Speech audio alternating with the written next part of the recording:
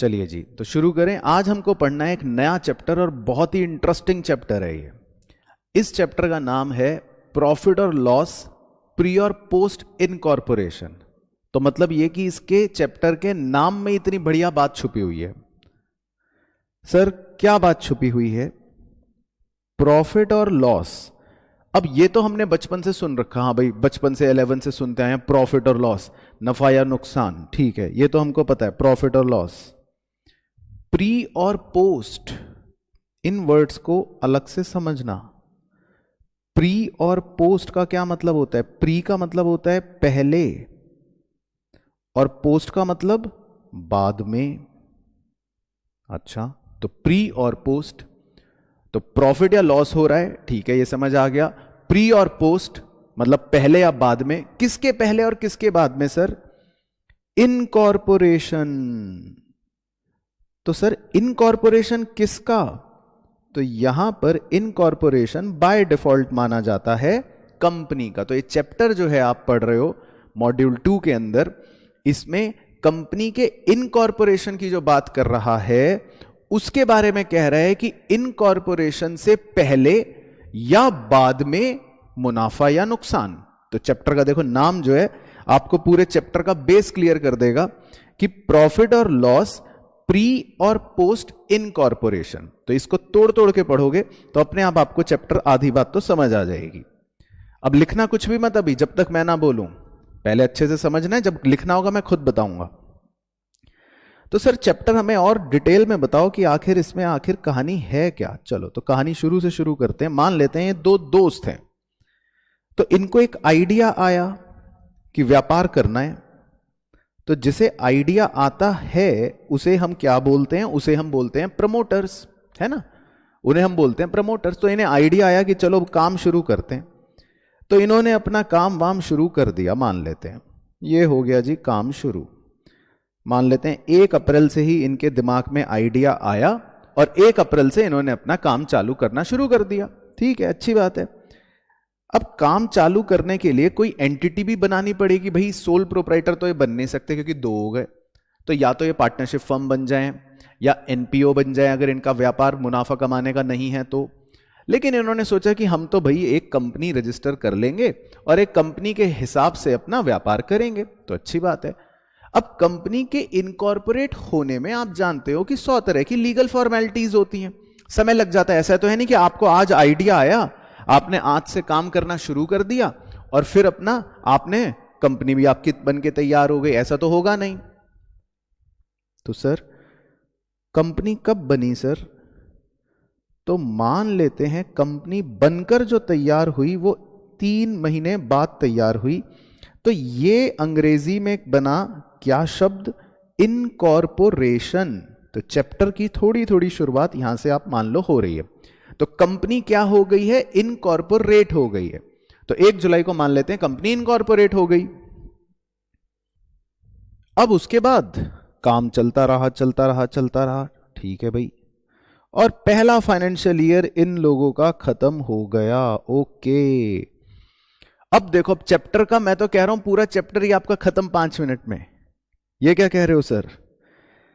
तो भाई हिंदी में क्या बताया था अभी? प्री का मतलब क्या? पहले। तो पहले का मतलब क्या हो गया? इनकॉर्पोरेशन से पहले का समय, 3 महीने का समय, उसको प्री बोल दिया। और पोस्ट, पोस्ट का मतलब क्या? पोस्ट का मतलब बाद में। तो पोस्ट का मतलब बाद में। तो बाद में किसके? इनकॉर्पोरेशन के। तो यही तो चैप्टर का नाम था, प्री और पोस्ट इनकॉर्पोरेशन। और उससे पहले 2 वर्ड्स क्या थे? प्रॉफिट और लॉस। यानी कि अब खेल ये है कि भाई कंपनी बनने से पहले कुछ नफा या मतलब प्रॉफिट या लॉस हुआ हो सकता है। जाहिर सी बात है 3 महीने काम हुआ है तो कुछ प्रॉफिट या लॉस हुआ होगा। और कंपनी बनने के बाद यानी कि ये इस पीरियड में भी हो सकता है कुछ प्रॉफिट या लॉस हुआ हो। तो ये आपका चैप्टर बन गया पूरा का पूरा। तो अब आप सबसे पहले अपने रजिस्टर में सुंदर सुंदर जो डायग्राम बनाओगे, जो चित्र बनाओगे बुनियाद बनाने के लिए इस चैप्टर की, वो ये बनाओगे जो आपकी स्क्रीन पर आ रहा है। तो फटाफट से सबसे पहले मैं 2 मिनट दे रहा हूं, ये पूरी ड्राइंग अच्छी अच्छी सुंदर सुंदर आप बना लो। ठीक है सर, बना लिया। चलो जी बढ़ते हैं आगे। तो सर फिर ये भेदभाव क्यों, ये चैप्टर का नाम ये क्यों रखा कि सर पहले और बाद में?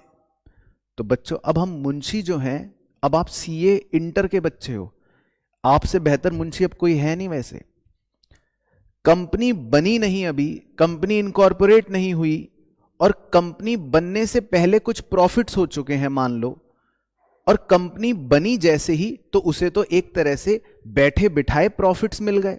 यूं समझो कोई बच्चा पैदा हुआ और जैसे ही वो पैदा हुआ उसके गले में नानी ने सोने की माला डाल दी। तो भाई अभी तक बच्चा तो आज ही जन्मा है, अभी तो उसने कोई मेहनत भी नहीं करी, तो ये तो नहीं कह सकते उसकी मेहनत की कमाई है, उसके मेहनत का प्रॉफिट है जो उसने भाई अपनी मेहनत से कमाया ना, ये तो उसको बैठे बिठाए मुफ्त में मिल गया ना। तो ऐसे ये कंपनी है, कंपनी भी तो आर्टिफिशियल बॉडी है। तो आज तो कंपनी का जन्म हुआ है, कब हुआ जन्म? 1 जुलाई को। तो कंपनी को बैठे बिठाए 3 महीने का प्रॉफिट मिल गया। तो इसीलिए मुंशी के लिए जरूरी होता है कि भाई प्री प्रॉफिट को अलग करो, पोस्ट प्रॉफिट को अलग करो। तो सर उससे क्या ट्रीटमेंट पे फर्क पड़ेगा? आप ध्यान से सुनना, फिर आप लिखना बाद में।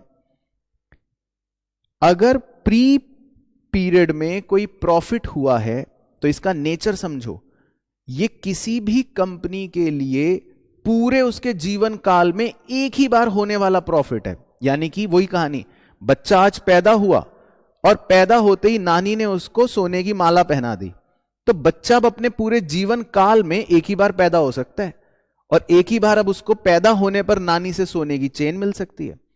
तो अब अगर आप इसके नेचर की तरफ जाओ और अंदाजा लगाओ कि इसका नेचर क्या होगा, क्या इस प्रॉफिट को रेवेन्यू नेचर का कहना सही होगा क्या? तो आप सब मुंशी कहोगे नहीं सर, इस तरह के प्रॉफिट को तो रेवेन्यू नेचर का कहना गलत होगा। बिल्कुल सही बात है। तो इसीलिए इस तरह के प्रॉफिट को हम कैसे नेचर का प्रॉफिट कहते हैं? कैपिटल नेचर का प्रॉफिट कहते हैं। और प्रॉफिट्स के क्योंकि क्रेडिट बैलेंसेस होते हैं, आप जानते हो है ना, तो इसीलिए ये वाला प्रॉफिट क्रेडिट बैलेंस वाला एक क्रेडिट बैलेंस की तरह शो होना शुरू हो जाता है बैलेंस शीट में, और इसका नाम क्या होता है सर? Capital reserve. तो ये पहला बादल बन गया प्रॉफिट को लेकर। तो प्री पीरियड में होने वाले प्रॉफिट को हम क्या बोलेंगे? रिपीट कर लो, कैपिटल रिजर्व।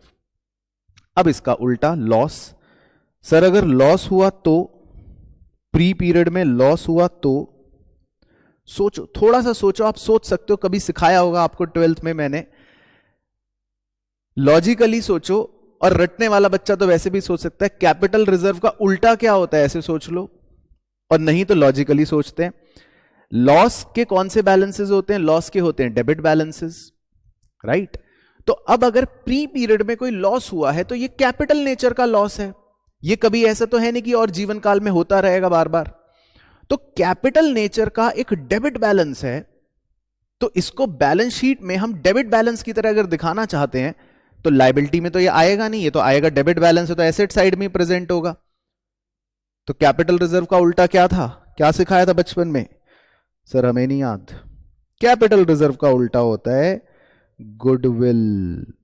ये आपको बचपन में सिखा रखा है। तो ये बन गया आपका दूसरा बादल। तो अब आप भी दोनों बादल बना लो बच्चों। तो प्री पीरियड का पूरा ट्रीटमेंट आपका खत्म।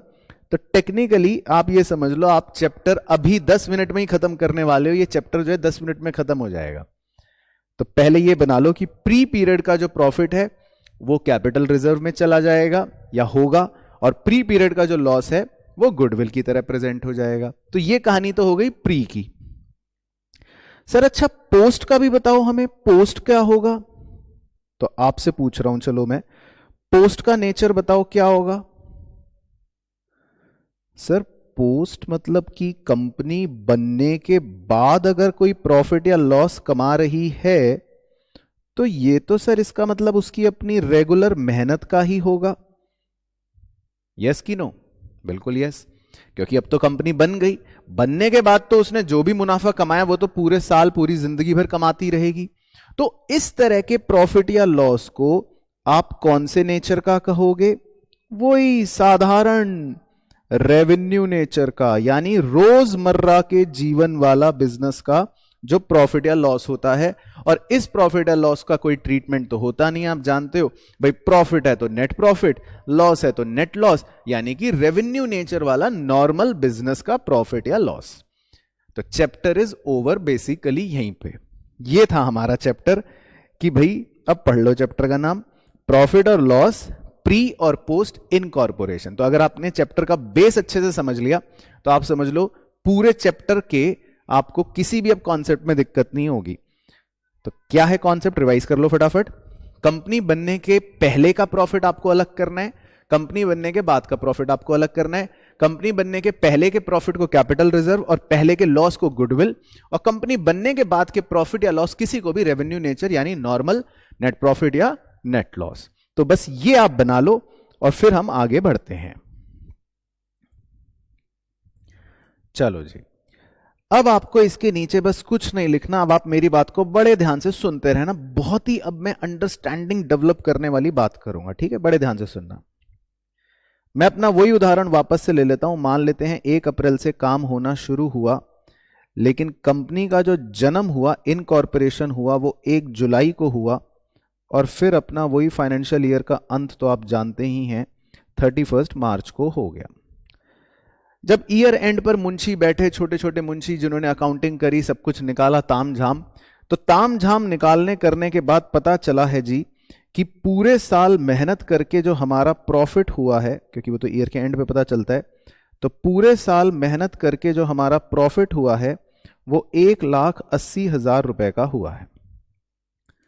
अब उस छोटे मुंशी ने तो क्या करा, पीएनएल बनाया, पीएनएल में दिखा दिया कि जी नेट प्रॉफिट 1,80,000, और बस हो गया उसका तो खत्म, रेवेन्यू नेचर, आहा।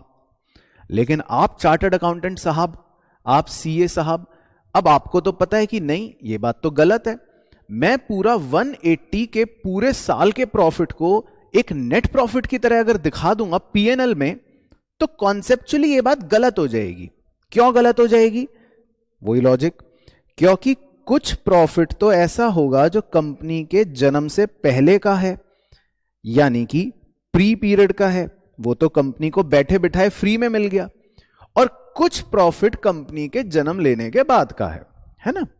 तो आप कहोगे कि भाई ये बात तो गलत है, हम पूरे 1,80,000 को अपना नेट प्रॉफिट नहीं पुकार सकते। हां, जो खाली पोस्ट पीरियड का होगा उसको तो चलो ठीक है भाई, उसको तो मैं नेट प्रॉफिट कह दूंगा कि हाँ ये नेट प्रॉफिट है।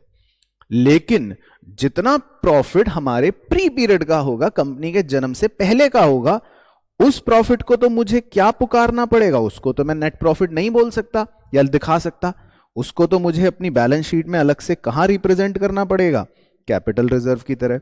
यही है हमारे चैप्टर का बेस।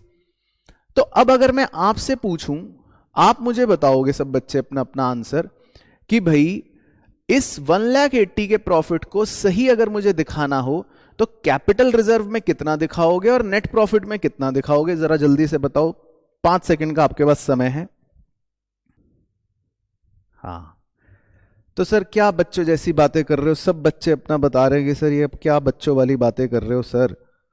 सर 3 महीने का जो प्रॉफिट है यानी कि 45,000 रुपए, वो हमारे प्री पीरियड का ही होगा, तो वो कैपिटल रिजर्व है।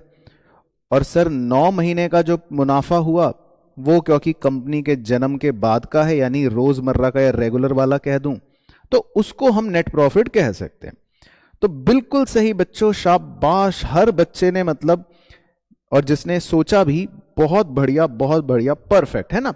क्योंकि हम यही करेंगे। सिंपल सी बात है कि भाई 3 महीने का समय है जन्म से पहले, तो 3 महीने का मुनाफा प्री हो गया, और 9 महीने का समय है जन्म के बाद, तो 9 महीने का मुनाफा पोस्ट हो गया। Very good. अब सबसे मजेदार बात तो अब होगी, क्योंकि अब हम इसके नीचे लिख रहे हैं ब्लंडर।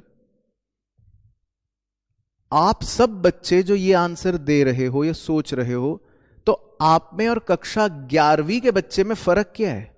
बल्कि 11वीं में मैं ज्यादा बोल रहा हूं, तो मैं 5वीं के बच्चे से भी पूछूं ना, वो भी कह देगा कि सर इसमें क्या दिक्कत है भाई, 3 महीने इधर है, 9 महीने इधर है, मैंने सीधा टाइम रेशो के हिसाब से प्रॉफिट को बांट दिया।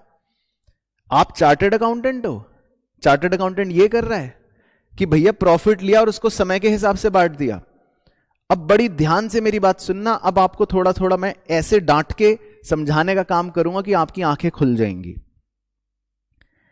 आप कह रहे हो कि सर प्रॉफिट आ गया जो हमारा 180, उसको बांट दो 3 महीने का ये और 9 महीने का ये। इसका मतलब जब आप किसी चीज को समय के अनुसार बांटते हो, टाइम रेशियो के अनुसार बांटते हो, तो इसका मतलब है कि आप ये कंसीडर कर रहे हो कि हर महीने वो चीज बिल्कुल रेगुलर अमाउंट से एक्रू हो रही होगी। सोचो जरा, लॉजिकली सोचो। मैं और इस बात को गहराई से समझाता हूं। आपने कहा कि सर 1,80,000 का जो पूरे साल का प्रॉफिट है वो 3 महीने इधर कर दो, 9 महीने उधर कर दो। 3 महीने का आपने कहा कि सर 45, तो मैं इसको अगर हर महीने का बना दूं तो आपके हिसाब से टेक्निकली आप ये कह रहे हो कि मैं हर महीने 15 हजार रुपए प्रॉफिट कमा रहा हूं। तो शुरू के 3 महीने मैंने मान लो 45 प्रॉफिट कमा लिया आपके अनुसार, और अगले 9 महीने मैंने 15 15 15 15 5 6 7 8 और 9, थोड़े साल कम कर देता हूं, और अगले 9 महीने मैंने 1,35,000 का प्रॉफिट कमा लिया। इसका मतलब जब भी आप किसी चीज को टाइम के हिसाब से डिवाइड करते हो, टाइम रेशियो में डिवाइड करते हो, तो आप इसका मतलब ऑटोमेटिकली एज्यूम कर रहे हो कि भाई ये चीज हर महीने सेम अमाउंट से एक्रू हो रही होगी। अब सोचो मेरे सीए साहब, चार्टर्ड अकाउंटेंट साहब, प्रॉफिट निकालने के पीछे तो भाई साहब बहुत बड़ी मैथमेटिक्स चल रही होती है। कंपनी के इतने सारे रेवेन्यूज होते हैं, उन इतने सारे रेवेन्यूज में से आप इतने सारे खर्चों को माइनस करते हो, तब जाके प्रॉफिट निकलता है। तो अगर मैं ये सोच रहा हूं कि मेरा प्रॉफिट तो हर महीने 15 ही हुआ होगा, तो उस लॉजिक से अगर चलूं तो फिर मेरा हर महीने रेवेन्यू भी बिल्कुल मान लो सेम 100 ही हुआ होगा, और फिर तो मेरा उस लॉजिक से हर महीने एक्सपेंस भी बिल्कुल मान लो 85 ही रहा होगा। मतलब क्या बिजनेस कर रहे हो भाई साहब आप, कि हर महीने आपकी सेल भी 100 रुपए हो रही है, 100 हर महीने आपके खर्चे भी बिल्कुल 85 हो रहे हैं, और हर महीने आपका प्रॉफिट भी इसीलिए 15 निकल रहा हो। वाह! तो ये जो आपने आंसर पहले दिया ना मुझे कि सर प्री पीरियड में तो प्रॉफिट 45 ले लो और पोस्ट पीरियड का प्रॉफिट 135 ले लो, ये बीइंग अ चार्टर्ड अकाउंटेंट महावाहियात आंसर है। ये कक्षा 11वीं का बच्चा देता है ये आंसर। आपने जो सोचा, इसका मतलब आपने कोई अकाउंटिंग का लॉजिक ही नहीं सोचा, आप तो सिंपल गणित में चले गए 5वीं की। तो सोच रहे हो गहराई से कि भाई आप अगर टाइम के रेशो में किसी चीज को बांटते हो, तो इसका मतलब यह है कि आप ऑटोमेटिकली ये समझ रहे हो कि हर महीने वो चीज बिल्कुल सेम रही होगी। तो अब सोचो, यहां तक मैं पहुंच गया, अब सोचो, नीले रंग से हाईलाइट कर रहा हूं, खर्चों के बारे में सोचो जरा, आराम से ठंडे दिमाग से बर्फ रख के। क्या सारे खर्चे ऐसे होते हैं कि वो हर महीने बिल्कुल फिक्स हैं? भाई हर महीने 85 होने का मतलब है कि भाई ये सारे बिजनेस के सारे ही खर्चे फिक्स्ड हैं, ऑल खर्चे आर फिक्स्ड, कि भाई हमें पता है पहले से 85 का खर्चा है, पहले से ही पता है 85 हर महीने 85 हो रहा है, पहले से पता है। मतलब कि दूसरी भाषा में कहूं, आप तो इकोनॉमिक्स भी पढ़ चुके हो सीए फाउंडेशन में, कि ये एक ऐसी कंपनी है कि भाई साहब इनका कोई वेरिएबल खर्चा ही नहीं है। आहा, क्या बिजनेस हो रहा है, मुझे भी बताओ जरा, ऐसा कौन सा बिजनेस हो रहा है कि जहां हम ये मान के काम कर रहे हैं, मुंशीगिरी कर रहे हैं कि इस बिजनेस का तो साहब कोई वेरिएबल खर्चा ही नहीं है, मतलब हर महीने 85। तो ऐसा तो नहीं होगा, सब बच्चे समझ रहे हैं अपनी गलती। आपको अपनी गलती क्लियर हो गई कि भैया वो करना तो बच्चों वाला खेल है, 3939 कुछ नहीं है, टाइम रेशो कुछ नहीं है। तो अब सुनो ध्यान से भाई, आप कह रहे हो पहले 3 महीने का प्रॉफिट ले लो 45, अगले 9 महीने का प्रॉफिट ले लो 135। इसको बहुत से लोग तो बहुत ही सिंपल तरह से भी कॉन्ट्रडिक्ट करते हैं, कहते हैं भाई साहब जरा ये बताओ, पहले 3 महीने ना हमारी दुकान में बहुत ग्राहक आते थे, पहले 3 महीने हमने सेल करी थी 10 लाख रुपए की। मैंने कहा अच्छा। कह रहे फिर उसके बाद हमारी दुकान में थोड़ा सूखा हो गया, ग्राहक आने कम हो गए। कह रहा अगले 9 महीने पता है हम सिर्फ कितने रुपए की सेल्स कर पाए। मैंने कहा कितने की? कह रहा सिर्फ 8 लाख की। मैंने कहा ओ। तो इसका मतलब सीए साहब, आप प्रॉफिट को जैसे ही टाइम रेशियो में बांट रहे हो तो इससे बड़ा ब्लंडर कुछ हो ही नहीं सकता कि भाई शुरू के 3 महीने सेल 10 लाख की है और मैं कह रहा हूं मुनाफा मैंने सिर्फ 45 कमाया। ऐसा थोड़ी ना होगा। और बाद के 9 महीनों की सेल मेरी सिर्फ 8 लाख की है और मैंने 135 कमा लिए। तो प्रॉफिट कभी भी डायरेक्टली ऐसे टाइम रेशियो में नहीं बटता। तो आप पूछोगे सर फिर कैसे बटेगा? सर ये तो आपने फंसा दिया। फंसा क्यों दिया? मैं सिखाऊंगा भी तो, तभी तो पूरा चैप्टर बनेगा। प्रॉफिट को बांटने के लिए पहले हमें उसके अंदर की गहराई में उतरना पड़ेगा और यह देखना पड़ेगा कि उसके अंदर जो गहराई में चीजें हैं वो किस रेशियो में बंटनी चाहिए।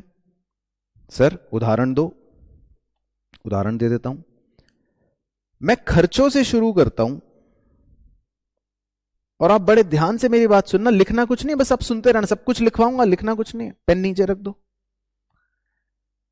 मान लो मैंने एक खर्चा बताया कि भाई रेंट 50 रुपए, तो आप इसके नेचर को पहचानोगे। आप कहोगे सर रेंट जो होता है ना, रेंट 50 रुपए, ये तो सर फिक्स्ड रहेगा, ये तो सर फिक्स्ड रहेगा क्योंकि रेंट ऐसी चीज है जो हर महीने आपको 50 देनी है, तो वो 50 ही चलेगी। तो रेंट के खर्चे को मैं कह सकता हूं कि शुरू के 3 महीना रेंट का खर्चा 150 रहा होगा और अगले 9 महीना रेंट का खर्चा 450 रहा होगा। तो रेंट को तो मैं मान सकता हूं कि सर टाइम रेशियो में डिवाइड कर दो। रेंट को तो लिया जा सकता है सर टेक्निकली कि ये टाइम रेशियो में डिवाइड कर दो। लेकिन मान लो मैं कोई दूसरा खर्चा लूं, ऐसे लिख रहा हूं, मान लेते हैं सेलिंग कमीशन, कि भाई हमारा मैनेजर था वो सेल्स करता था और उस हिसाब से हमने उसको कमीशन दिया, मान लेते हैं 24 रुपए का सेलिंग कमीशन दिया। अब सेलिंग कमीशन क्या समय के हिसाब से चलेगा कि भैया हर महीने 2 रुपए मिल रहे हैं उसको? ऐसा तो नहीं होगा। सेलिंग कमीशन तो किस पर बेस्ड होता है कि उस मैनेजर ने कितनी सेल करी। अब देखो, मैंने आपको अभी ऊपर उदाहरण देते देते बताया था कि शुरू के 3 महीने में मान लो सेल्स है 10 लाख की और अगले 9 महीने में सेल्स है 8 लाख की। तो इसका मतलब इस मैनेजर ने शुरू के 3 महीने में ज्यादा सेल करी है और अगले 9 महीने में कम सेल करी है। पॉइंट है ना? और सेलिंग कमीशन जो चीज होती है वो टाइम के हिसाब से नहीं दी जाती मैनेजर को। सेलिंग कमीशन तो सेल्स के हिसाब से दी गई होगी। तो इसका मतलब क्या आपको यह नहीं लगता कि अगर पहले 3 महीने मेरी सेल हुई थी 10 लाख की और अगले 9 महीने मेरी सेल हुई थी 8 लाख की, तो मुझे जो सेलिंग कमीशन एप्रोप्रिएट करना चाहिए वो समय के हिसाब से नहीं करना चाहिए, तो मुझे वो एप्रोप्रिएट करना चाहिए सेल्स के हिसाब से, या सेल्स रेशो बोल सकता हूं। लॉजिकल है, क्योंकि मैंने अपने मैनेजर को शुरू में कमीशन ज्यादा दे दिया होगा क्योंकि उसने शुरू में 10 लाख की सेल करी है, और मैंने अपने मैनेजर को बाद में कमीशन कम दिया होगा क्योंकि उसने बाद में कम की सेल करी है। शुरू में 10 लाख की करी, बाद में 8 लाख की करी, तो टेक्निकली रेशो क्या बन गया? 5:4 या 10:8, मतलब वही। तो हमें उसे कमीशन जो देना है वो इस रेशो में डिवाइड करके देना है, तब वो सही माना जाएगा। बोलो, आपके ज्ञान चक्षु खुले कि नहीं खुले? अगर अभी भी आप ये सोच रहे हो कि नहीं सर हम तो सब कुछ समय के हिसाब से बांट देंगे, वही सिंपल था, तो सिंपल चीजें जो होती हैं वो गलत भी तो होती हैं। तभी तो आप छोटे थे ना, तब 11वीं में। ये लॉजिक है। तो अब मैं चैप्टर को थोड़ा निचोड़ करके लेकर आ रहा हूं।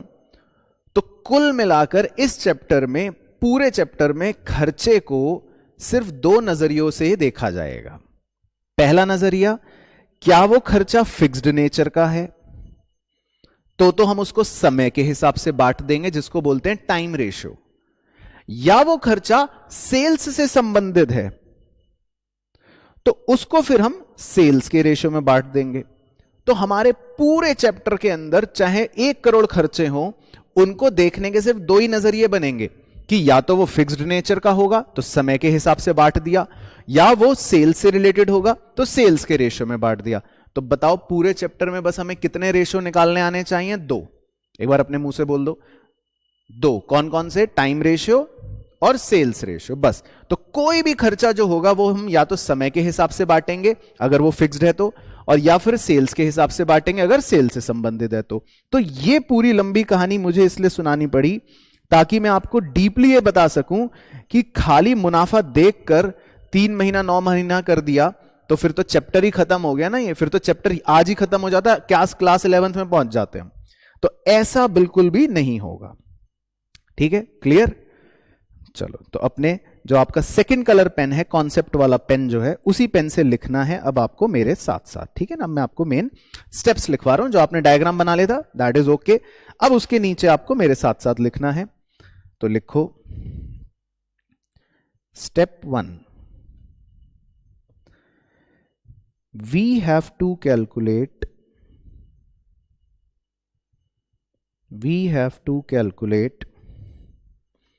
A,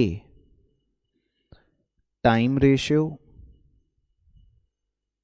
और B, sales ratio.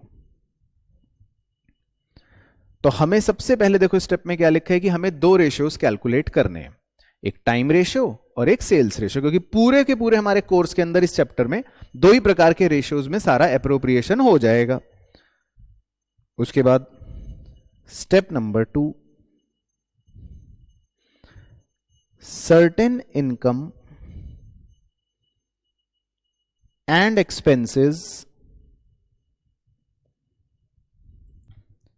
certain income and expenses are proportioned, मतलब कि वही डिवाइड करना, proportioned in time ratio। कुछ खर्चे और कुछ इनकम ऐसे होंगे जिन्हें हम समय के अनुसार बांटेंगे, समझ रहे हो आप? तो सर्टेन इनकम और सर्टेन एक्सपेंस ऐसे होंगे जो समय के हिसाब से बढ़ जाएंगे। तो वैसे तो बहुत लॉजिक है, वैसे तो आपको सोचना है, कोई रटवाने वाली चीज नहीं है भाई। समय के हिसाब से कौन होगा एप्रोप्रिएट, बताओ? जिसका नेचर कैसा होगा? फिक्स्ड होगा, है ना?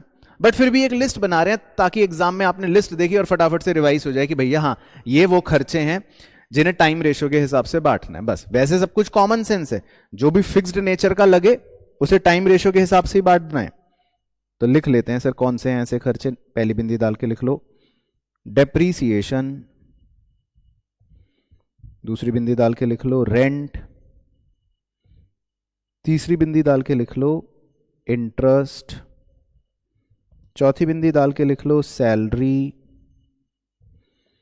पांचवी बिंदी डाल के लिख लो ऑफिस एंड एडमिनिस्ट्रेशन एक्सपेंसेस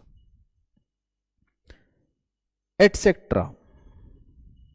तो मैंने कुछ उदाहरण लिखवाए हैं, इसका मतलब ये नहीं कि सर क्या एग्जाम में बस यही आएंगे, यही 6 हैं, ऐसा थोड़ी ना। आप सीए कर रहे हो, आप सीए हो, बहुत सारे नए नए भी आ सकते हैं। बस आपको पढ़ के समझना है कि भाई ये खर्चा कैसा लग रहा है आपको, कि हर महीने सेम रहता होगा या बदल जाता होगा, बस ये सोचना है। तो ये सारे खर्चे वो हैं जिनका नेचर फिक्स्ड है, जो आपको पता है भाई हर महीने ये इतना ही रहना है।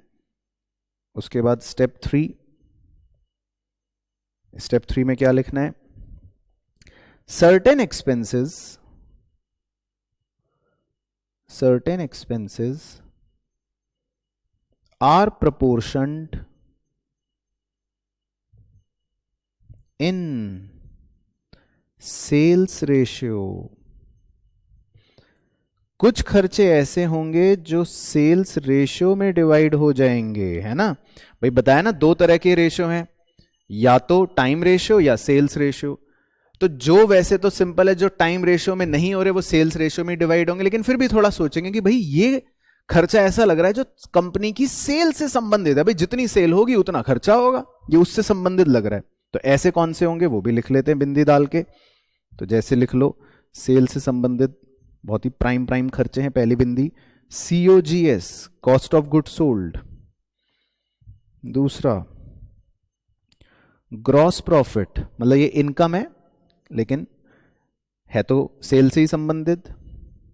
तीसरा एडवर्टाइजमेंट या सेलिंग एक्सपेंस, इसे हम मानते हैं कि ये सेल्स से ज्यादा संबंधित है रादर देन समय से, क्योंकि भाई एडवर्टाइजमेंट है, सेल्स कमीशन या सेल्स एक्सपेंस है, सेलिंग एक्सपेंस है, तो ये सेल से ज्यादा रिलेट कर रहे हैं ना, समय से इनका कोई लेना देना नहीं है। थोड़ी ना कि हर महीने सेम हो रहा है, कभी सेल ज्यादा तो ये खर्चे ज्यादा, एडवर्टाइजमेंट ज्यादा करवाओगे, सेल कम तो इसका मतलब एडवर्टाइजमेंट कम करा होगा या सेलिंग खर्चा कम करा होगा, तो ये सेल से खर्चे रिलेटेड ज्यादा लग रहे हैं।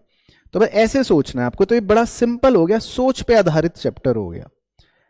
बैड डेट्स, कई बच्चा सोचते हैं कि सर बैड डेट्स, बिल्कुल सेल करते हो उधार पर तो डेटर होते हैं, डेटर होते हैं तो बैड डेट होता है। सेल ज्यादा करी होगी उधार पे तो हो सकता है बैड डेट भी ज्यादा हुए हो, सेल कम करी होगी उधार पे तो बैड डेट भी कम होंगे, तो बैड डेट भी सेल से ही संबंधित होता है, ध्यान रखना है। इसी तरह अगली बिंदी टैक्स ऑडिट फीस, इस पर आपको हाथ का निशान बनाना है क्योंकि ये आप एग्जाम में भूल जाते हो, कई बच्चे भूल जाते हैं। टैक्स ऑडिट फीस पूरा एग्जैक्ट ये टर्म है 3 शब्दों का, इसे ध्यान रखना है। टैक्स ऑडिट आपको अंकुर सर टैक्स में सिखाएंगे कि भाई टैक्स ऑडिट जो होता है वो कंपनी के टर्नओवर पर लगता है, या टर्नओवर पर बेसिकली आपको ऑडिट करवाना पड़ता है सीए से, जिसकी वो फीस लेता है। तो टैक्स ऑडिट तो संबंधित ही टर्नओवर से होता है, ये आप टैक्स में पढ़ोगे, पर फिर भी कई बार बच्चा भूल जाता है, तो इसीलिए इस पर मैंने हाथ का निशान बनवाया, ये इंपॉर्टेंट है। टैक्स ऑडिट फीस हमेशा हमेशा सेल्स से संबंधित होती है। इसी तरह अगली बिंदी कैरेज आउटवर्ड, तो कैरेज आउटवर्ड आप जानते ही हो भाई, जिसको हम कैरेज ऑन सेल्स भी कहते हैं। तो ये तो एक तरह से सीधा सीधा सेल से संबंधित वाला ही खर्चा है, और बाकी एटसेट्रा है ना, मतलब ऐसा नहीं है कि आप सोचो बस 5 रट लिए हा सीए बन गए। खर्चे और भी तरह तरह के हो सकते हैं, आपको बस सोचना है कि ये समय के हिसाब से लग रहा है कि सेल्स के हिसाब से लग रहा है ना। तो ये हो गया हमारा स्टेप नंबर 3। उसके नीचे जी स्टेप नंबर 4, स्टेप नंबर 4 में लिखना है certain expenses are always treated as post। Sir ये क्या कह रहे हो आप, मतलब कुछ खर्चे आप कह रहे हो कि हमेशा पोस्ट मानने हैं? क्यों सर क्यों? उसमें कोई ऐसा नहीं होगा सर कि भाई 3 महीने पहले या 9 महीने बाद में क्या पता सेल्स से संबंधित नहीं होंगे? नहीं होंगे। अब देखो लिखोगे ना, फिर समझाऊंगा इकट्ठे कि कुछ खर्चों को माना ही ये जाता है ये तो पोस्ट खर्चा है। कौन सा है लिखो, फिर एक साथ लिख लो, फिर सब समझाता हूं। डायरेक्टर्स सैलरी, दूसरा डिविडेंड पेड, तीसरा इंटरेस्ट ऑन डिबेंचर, चौथा कॉरपोरेशन टैक्स, पांचवा प्रीलिमिनरी एक्सपेंसेस,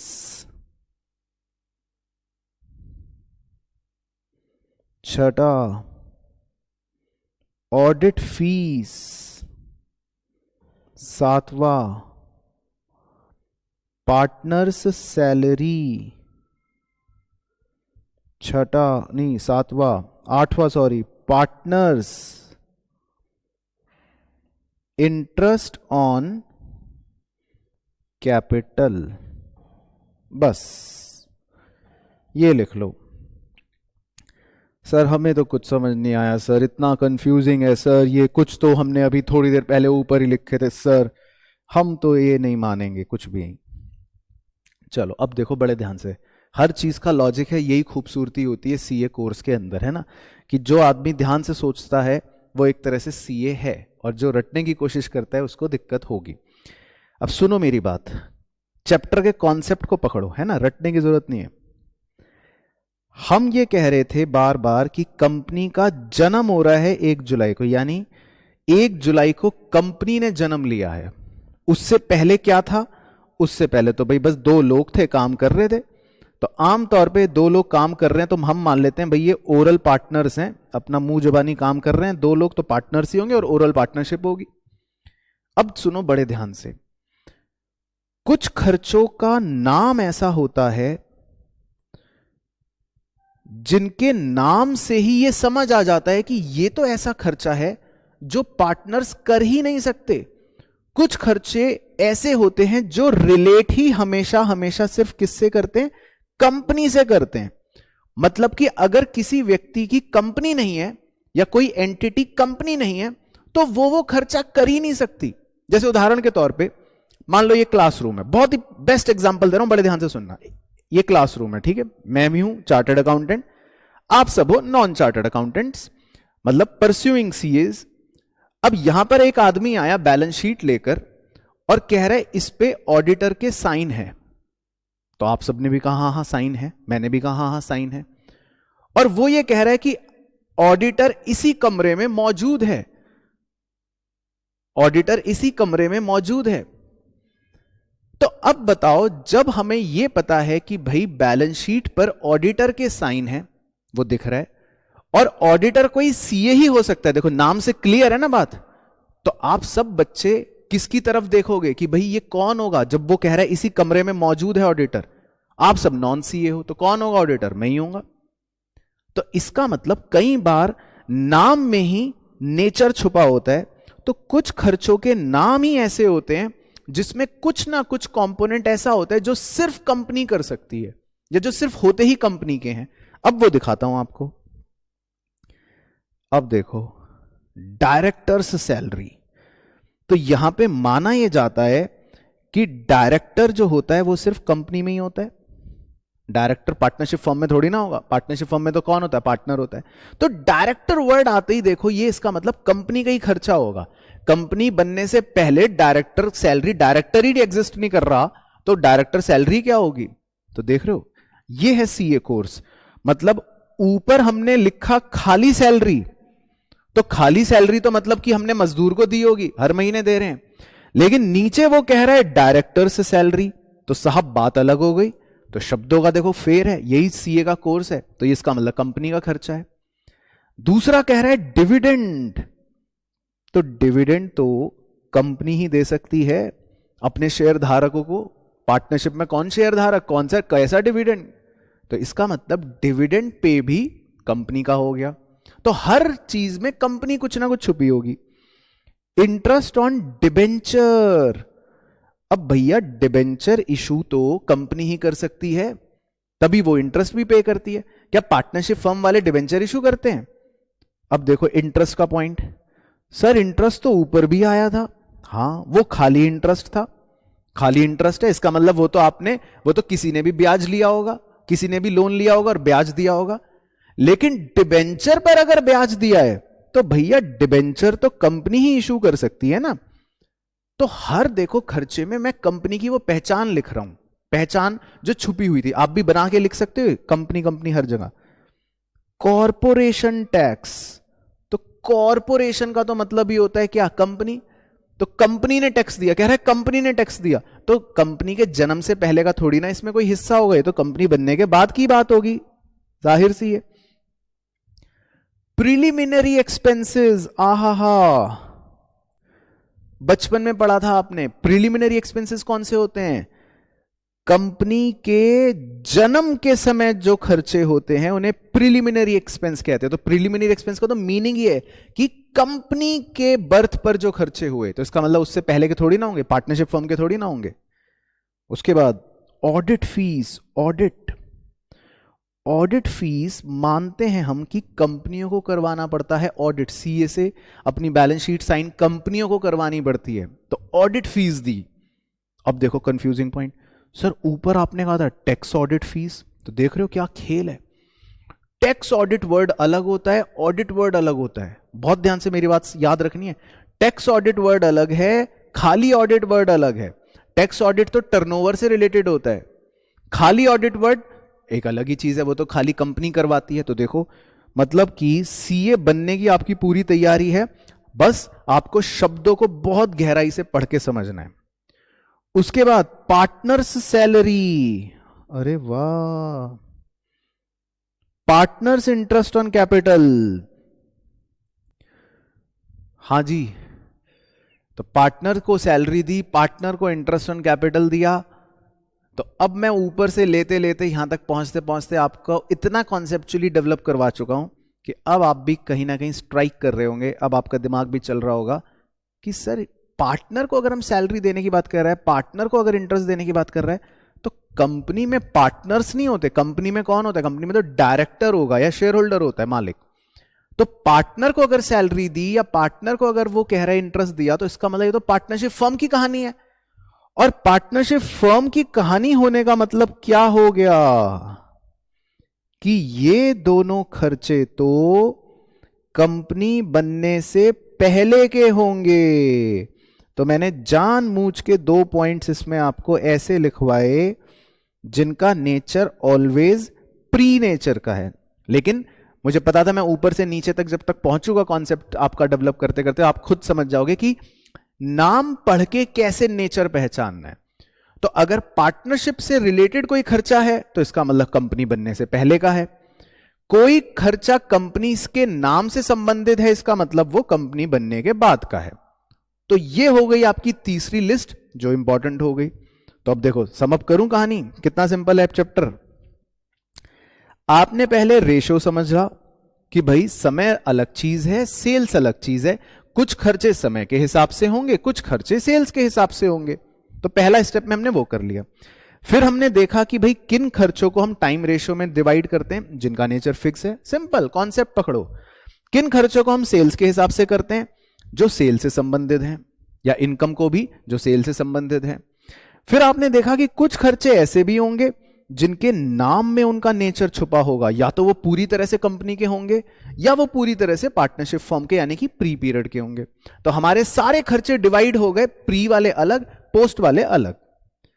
तो बस उसके बाद last step, step number 5,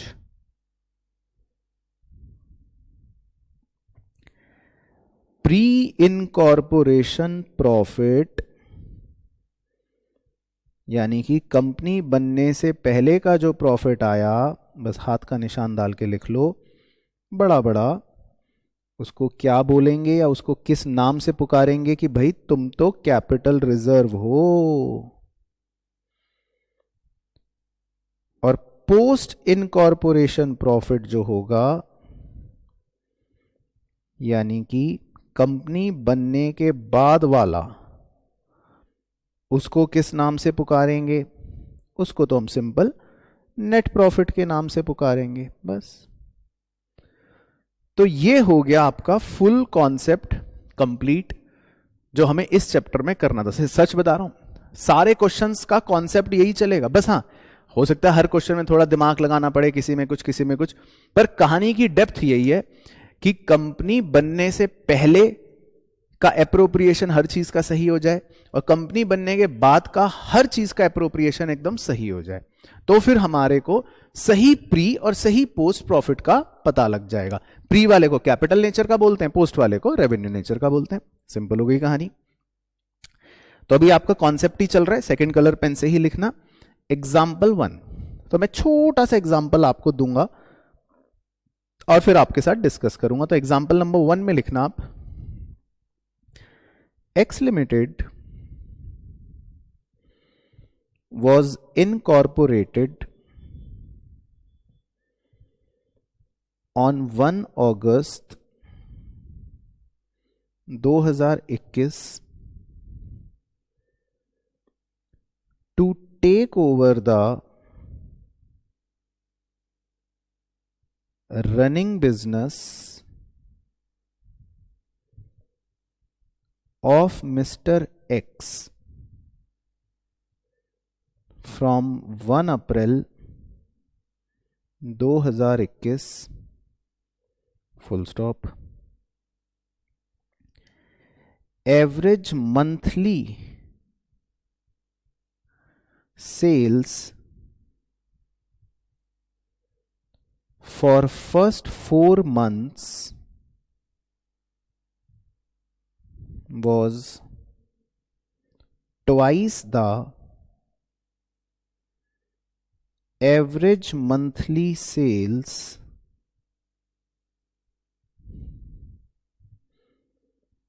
during rest 8 months, full stop. Find, दो चीजें निकालनी है आपको सिंपल, टाइम रेशियो और नंबर 2 सेल्स रेशियो। तो छोटा सा ही क्वेश्चन दिया जानबूझ के मैंने, तो पहले 5 मिनट तो मैं आपको ही देना चाहता हूं एक बार कि आप दोनों तरह के रेशियो निकाल के देखो और फिर हम डिस्कस भी करेंगे। ठीक है जी, चलो। तो बच्चों के अलग अलग आंसर्स हैं और बहुत ही बढ़िया आंसर्स हैं। आइए जी, तो फिर भी डिस्कस कर लेते हैं। अब देखो, 1 अप्रैल से एक्स ने काम तो शुरू कर दिया था, लेकिन उसको कंपनी बनाकर जब जन्म लेकर उसने कंपनी के हिसाब से काम करा वो था 1 अगस्त। तो अप्रैल का पूरा महीना, मई का पूरा महीना, जून का पूरा महीना और जुलाई का पूरा महीना, मतलब 4 महीने तो कंपनी बनने से पहले हो गए और 8 महीने टेक्निकली कंपनी बनने के बाद हो गए।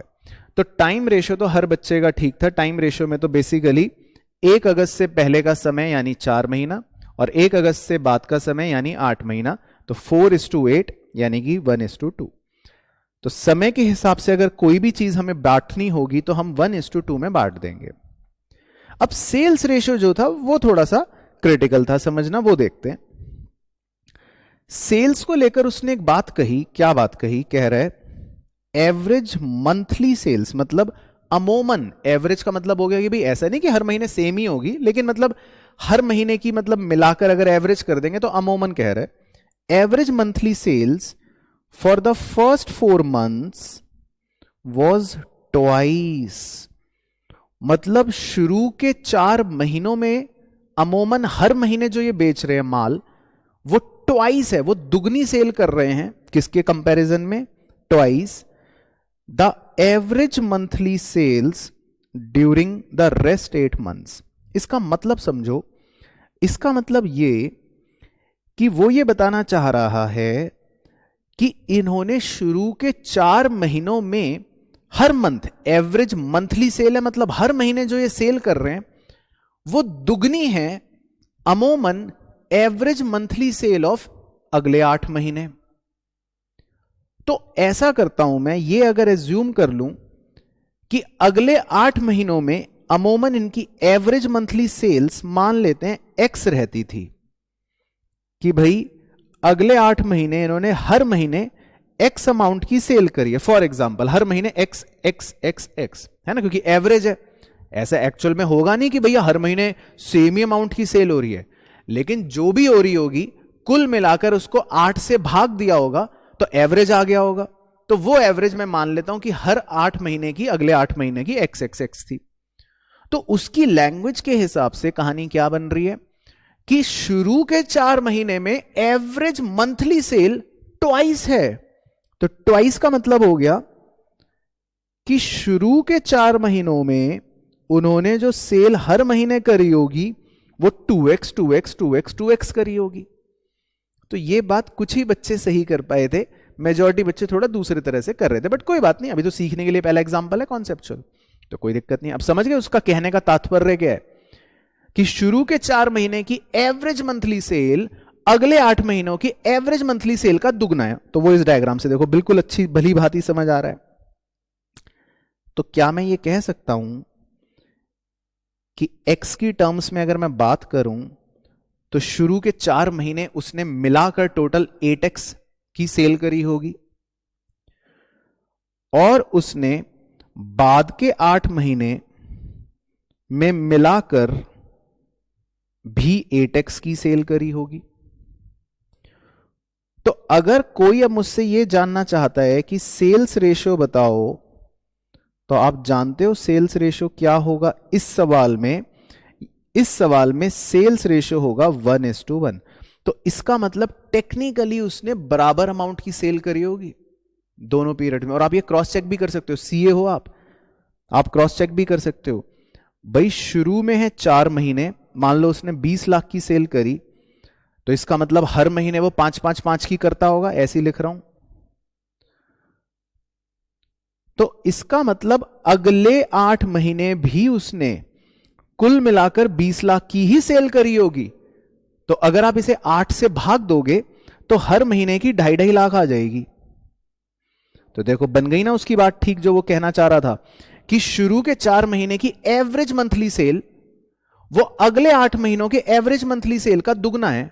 तो हो गया क्रॉस कंफर्म। इसका मतलब उसने बराबर बराबर की सेल करी होगी, पहले 4 महीने में जितना बेचा उतने उसने अगले 8 महीने में बेचा। तो सेल्स का रेशियो यहां पे इस एग्जांपल में हो गया 1:1। तो ये आप नोट कर लेना विद डायग्राम। चलो ठीक है सर। अब इसी के नीचे एग्जांपल 2, वही कॉन्सेप्ट चल रहा है अभी। तो आज मैं आपको किताब पे नहीं लेके जाऊंगा, है ना, पहला दिन है और अभी तो नया नया चैप्टर शुरू हुआ है इसका। तो आज वैसे भी आप थके थके हो, नई नई चीज सीख रहे हो, तो आज हम खाली कॉन्सेप्ट ही डिस्कस करेंगे। लेकिन कॉन्सेप्ट इतना मजेदार है कि आज अच्छे से घर जाके इसको रिवाइज करोगे तो आपका ऑटोमेटिकली कल जब किताब खुलेगी तो सवाल ऐसा लगेगा कि मजे आ रहे हैं। चलो example 2, x limited was incorporated on 1 August 2021 to acquire running business of Mr. X from 1 April 2021 full stop. Sales for month for first 4 sales for month for first, sorry month नहीं लिखना, for first half year were half the sales for month for next half year. Find sales ratio. बस simple simple example है। तो basically बस मैं थोड़ा सा आपको लैंग्वेज में घुमा रहा हूं, क्योंकि मैंने बताया ना इसमें आपको लैंग्वेज का ही थोड़ा ध्यान रखना है।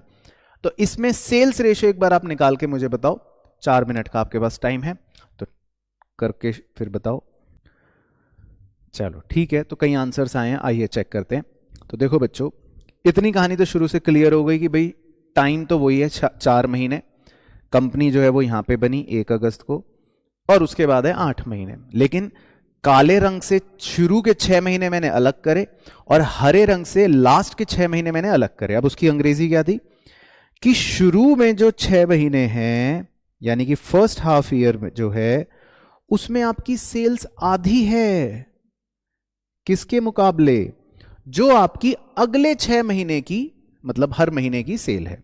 तो अब देखो, पहले मैं अगले 6 महीने की अगर सेल को, हरे रंग वाले को x x x x x और x लिख लूं, मतलब लास्ट के 6 महीने हर महीने आपने x x x x x अगर बेचा, तो इसका मतलब शुरू के 6 महीने तो आपका हर महीने आधी रही होगी सेल। तो x/2 x/2 x/2 x/2 x/2 और x/2, तो इसका मतलब शुरू के 6 महीने ये रही होगी सेल। सिंपल। अब आप जोड़ लो, तो अगर आप पहले प्री पीरियड की सेल्स जोड़ोगे तो x/2 plus x/2 plus x/2 plus x/2 ये हो जाएगा 4x/2।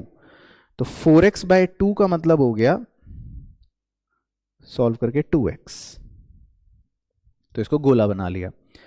अब आप बाद के इस डॉटेड लाइन के बाद के सारे x काउंट कर लो। तो हरे रंग वाले तो सीधे सीधे 6 हैं, तो 1 2 3 4 5 6 प्लस x/2 प्लस x/2 मिला के 2x/2 मतलब x ही हो जाएगा। तो इन सबको ऐड करोगे तो ये सीधा सीधा आ गया x और 6x मिलकर 7x। तो इस सवाल में सेल्स रेशियो का आंसर जो कुछ बच्चों का ठीक कुछ का गलत था वो हो जाएगा 2:7। यानी कि सेल रेशियो में अगर मैं कोई भी चीज अप्रोप्रिएट करूंगा तो किस रेशियो में करूंगा? 2:7 में करूंगा। सिंपल। चलो एक एग्जाम्पल और करते हैं, लास्ट एग्जाम्पल।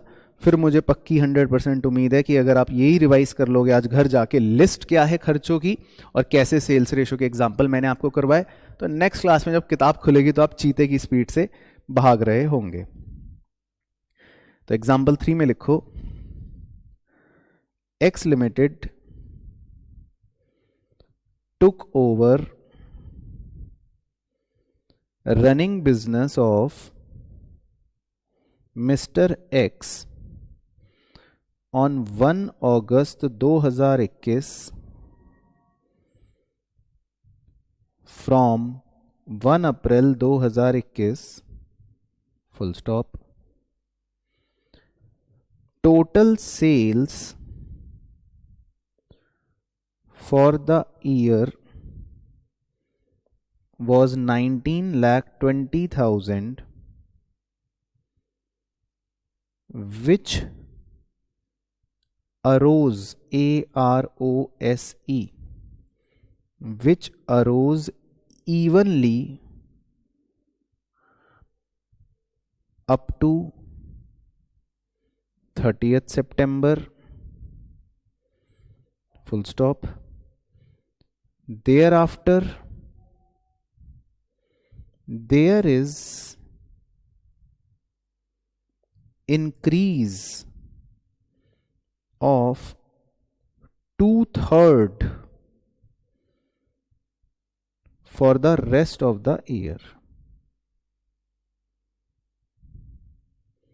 ठीक है, फिर से वही लैंग्वेज का खेल है। Find sales ratio. ठीक है, करो, 5 मिनट है बस, लैंग्वेज का खेल है, लगाओ बुद्धि, फिर चेक करते हैं। ओके चलो कर लेते हैं डिस्कस। तो देखो समय तो वही है तो इसलिए कोई टेंशन नहीं। बाकी कह रहा है कि भाई शुरू के 6 महीने तक, क्योंकि 30 सितंबर तक का मतलब हो गया शुरू के 6 महीने तक सेल्स जो है वो इवन थी। इवन का मतलब होता है बराबर बराबर चल रही थी। उसके बाद वो 2/3 से बढ़ गई हर महीने के हिसाब से, basically for the rest of the year. तो अब मैंने जो चित्र बनाया वो आप देख सकते हो कि शुरू के 6 महीने काले कर दिए और उसके बाद के 6 महीने हरे कर दिए और बीच में जो डॉटेड लाइन है वो प्री पीरियड के। तो कह रहा है शुरू में वो बराबर चलती रही इवन, तो मान लो x x x x x, यहां तक x से x चलती रही। और फिर वो कह रहा है thereafter there is increase of 2/3, मतलब वो 2/3 से बढ़ गई। तो बस 1 महीने की सही लिखता हूं, बाकी तो वो सेम ही होगी। तो 2/3 से बढ़ने का मतलब है कि अगर वो पहले x थी तो अब उसमें बढ़ोतरी हुई है, वो इंक्रीज हुई है। किससे इंक्रीज हुई है? 2/3 ऑफ x से इंक्रीज हुई है। तो भाई पहले अगर 10 रुपए का माल बेचता था तो अब 2/3 ऑफ x से और इंक्रीज हो गया, तो यही बनेगी बात। अच्छा, तो 1 2 3 4 5, मतलब कि कुल मिलाकर 6 महीने अगर यही रही, और इसको अगर मैं जोड़ूं 6 बार तो इससे अच्छा है इसको 6 से गुना ही कर लूं, है ना, तो सिंपल हो जाएगी बात। और बाकी काले रंग से x और x 2x तो आ ही रहा था, तो इसका मतलब पोस्ट पीरियड की सेल को जोड़ूंगा तो यही बनेगी। x और x काले वाले जुड़ के 2x हो गए और वो सारे 6 महीने की ये हो गए। और प्री पीरियड की जोड़ोगे तो सिंपल है x x x x और 4 बार 4x। तो 4x तो चलो सिंपल है, इधर वाले को सॉल्व कर लेते हैं, ब्रैकेट ओपन कर देते हैं। तो 6 से मल्टीप्लाई हुआ 6x प्लस 2 से कट गया 4x, तो 8 और 2 12। तो 4x और 12x जो है वो हमारा सेल्स रेशियो आ गया, जिसको और कट शॉर्ट करके हम फाइनली कहेंगे 1:3। तो खैर कुछ का सही कुछ का गलत, पर कोई बात नहीं बच्चों। मेन चीज थी कि आपने कॉन्सेप्ट समझ लिया, चैप्टर की जड़ समझ ली, और ये देख लिया कि यहां पर लैंग्वेज का जो फेर है बस उसको हमको डील करना आना चाहिए, है ना। वो कुछ भी लिखे, उस हिसाब से अपने कॉन्सेप्ट को पकड़ के रखना है कि प्री अलग करेंगे, पोस्ट अलग करेंगे। सेल्स रेशियो पूछ रहा है, अलग अलग कहानियों में तो हम सेल्स रेशियो अलग बता देंगे, प्री पीरियड का अलग, पोस्ट पीरियड का अलग। क्लियर हो गया? तो ये था बेसिकली हमारे आज के देखो पूरे लेक्चर का लेखा जोखा, जिसमें 3 हमारे देखो कॉन्सेप्चुअल एग्जाम्पल हो गए। आई होप आपको समझ आया होगा। उससे पहले मैंने आपको पूरे 5 स्टेप का कॉन्सेप्ट लिखवा दिया कि क्या है स्टेप। टाइम रेशियो निकालो, सेल्स रेशियो निकालो, कुछ खर्चे प्री होंगे, कुछ खर्चे पोस्ट होंगे, कुछ खर्चे टाइम के हिसाब से बटेंगे, कुछ खर्चे सेल्स के हिसाब से बटेंगे। और फाइनली जो मेन चीज सीखी कि भाई जो भी मुनाफा होगा प्री पीरियड का उसको क्या कहेंगे हम, कैपिटल नेचर वाला, कैपिटल रिजर्व। और जो भी प्रॉफिट होगा पोस्ट वाला तो वो होगा रेवेन्यू नेचर का, नॉर्मल नेट प्रॉफिट। और यही था हमारे क्या चैप्टर का नाम, प्रॉफिट और लॉस प्री और पोस्ट इनकॉर्पोरेशन। तो डन फॉर द डे। अब इसको रिवाइज जरूर करके आना अगली कक्षा में, क्योंकि अगली कक्षा में मैं इसी पर बेस्ड जब किताब के क्वेश्चन कराऊंगा तो आपको बड़ा मजा आएगा। तो नेक्स्ट क्लास में मिलते हैं।